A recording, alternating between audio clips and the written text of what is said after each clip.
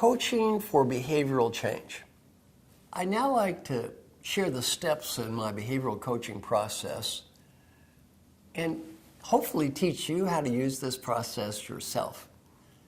Now, what I love about my process of coaching, it is highly transferable. For example, GE has taught hundreds of people to use our coaching process, and their results are just about as good as mine with their internal coaches. Thousands of people externally have been trained around the world to use our coaching process, and again, many of these people have fantastic results. This is a very, very transferable process. Now, I'm going to describe how I coach people. I'm going to use an example of someone who has the potential to be a CEO. In my own coaching, I either coach the CEO or I coach the future CEO. On the other hand, it doesn't really matter. This coaching process works just as well with first-line supervisors, second-line managers, works with every level of management. I'm going to give an example of how I coach people using a potential CEO and a CEO as my case study examples. Step one in the process. In my coaching, it's incredibly time efficient. What is the cost to my CEO or could-be CEO clients of hiring me? There's only one real cost, their time. One of my coaching clients has a company with a market cap of about $250 billion. What's his time worth? He doesn't need me to waste his valuable time. I don't get paid because I spend time. I get paid because I get results. The less time I spend to get the same results, the better it is for my clients and the better it is for me. So I'm not about wasting time. My process is incredibly efficient. Why is one of the reasons it's efficient? No arguing. Everything I do in my coaching is either required, and if something is required, there's no arguing. Do it or I refuse to work with you, or it's optional. And optional, there's no arguing. Do it if you want to do it. Feed forward, not feed back. Now first, let's talk about what's required. If I coach someone, you will get confidential feedback from everyone around you. It's not a vote. You will pick important behavior to improve. You will talk to people about what you learn, responding and involving these people. You will follow up on a regular basis with your coworkers. You will follow up with me. Your manager will agree, if you're not the CEO, that this is the right behavior and these are the right people. You will get measured twice, and then assuming that you get better, I get paid. And again, I don't get paid if my clients don't get better. How does the process work? Let us imagine I'm coaching a potential CEO, and here's the CEO. The first thing is what's required. I go through what's required. You have to get that confidential feedback. You have to talk to people. You have to follow up. You have to get measured. All these are required steps. If the person says, I don't want to do any of those things, what do I say? Goodbye. I'm not judging the person. No one made me God this week.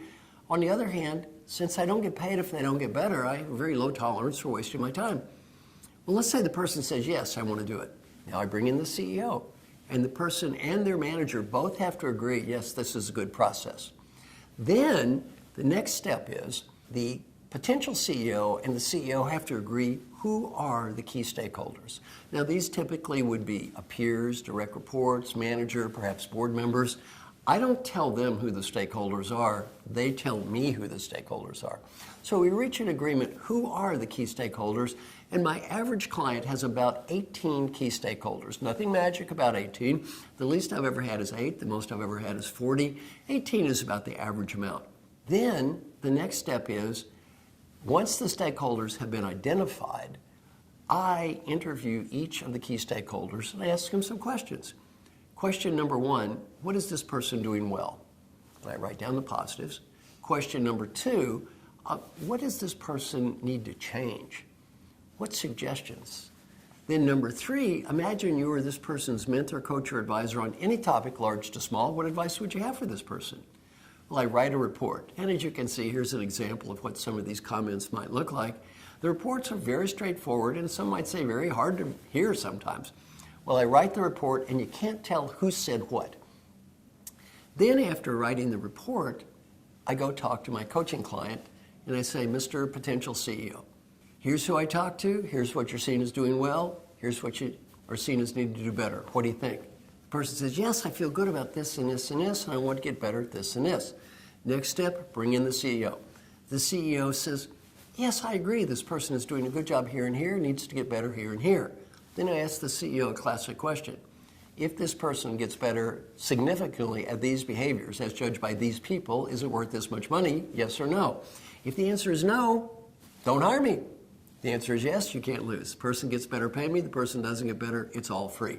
By the way, the lawyers love this. It's a big escape clause. Only pay me if you feel like it. CEO says yes. Now we have a contract. Now what happens? The key to the success of my process is not me talking to my clients. The key to the success of my process is my clients talking to their coworkers. So now the client comes back and talks to the coworker and says, Mr. Coworker, thank you so much for the feedback. I really appreciate you participating. They communicate thankfulness. They're thankful for the good feedback. They talk about what the positives were and how grateful they are. Then the client says, here's something I want to do better. Please give me ideas. Feed forward, not feedback. They ask for ideas for the future. Now, I have also coached the stakeholders on how to help my clients. What advice do I have for the stakeholders? Number one, let go of the past. Whatever sins my clients have committed in the past, I can't fix and they can't fix. And if you bring up the past, you demoralize people. Easy theory, hard for some of us to do. Number two, tell the truth. I have everyone swear to tell the truth. I'm not naive. I know if they swear to tell the truth, they might not. They're more likely to.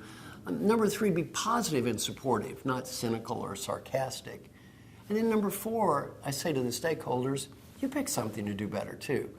So this is two ways, not one way. So the client comes back and says, I want to get better at this, please help me. The stakeholder says, first, thank you so much for doing this. I appreciate you putting in the effort. I'm going to do my best to help you. I'm going to give you ideas for the future. And then the stakeholder says, here's something I can improve. One of my clients, I was hired to coach one person and 200 people got better. Why? They're all trying to help each other, not judge each other. Now, my client has talked to everyone, all 18 people. Now, I go back and talk to my coaching client. I say, Mr. Coaching Client, who did you talk to?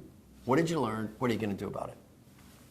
Now, from here on in, for me, it's all feed forward. I say, now, I'm going to give you my ideas to help you do better. And then I say, it's feed forward from here on in. You don't have to do what I say. You do have to listen to what I say. And I don't want you to judge or critique my ideas. Just say thank you. If you want to do it, do it. If you don't want to do it, don't do it. I also tell my clients, I don't get paid because I'm a good coach. I get paid because you're a good customer. Don't make this about me. It's all about you. Well, what happens is they follow up with their people. I follow up with them. And then we do a simple measure. For example, -5 to +5 scale on each item. Has the person gotten better, gotten worse, stayed the same? And then we do a mini survey. Follow up survey. Follow up again, another survey. Now it's been about a year and a half. I go back to my client and say, here's the report. The client says, hey, got a lot better at this stuff, judged by these people. Bring in the CEO. What do you think, Mr. and Ms. CEO? CEO says, a lot better at this stuff, judged by these people, you should get paid. Can you see why I can give my clients a pay only for results guarantee? And can you also see why I almost always get paid? And can you also see why this is a transferable process? Most of what my coaching clients learn, they do not learn from me. They learn from everyone around them. I'm much more of a facilitator than an expert. I facilitate a process helping them learn from everyone around them. I'm a participant in the process. I'm certainly not the driver of the whole thing. Also, I never make the business case for my clients that this is important. They make the business case for me. I don't tell the CEO who the stakeholders are. They tell me. I don't tell them it's worth the money. They tell me. Everything in this process is driven from where? It's driven from inside the people I'm coaching. It is not driven from me.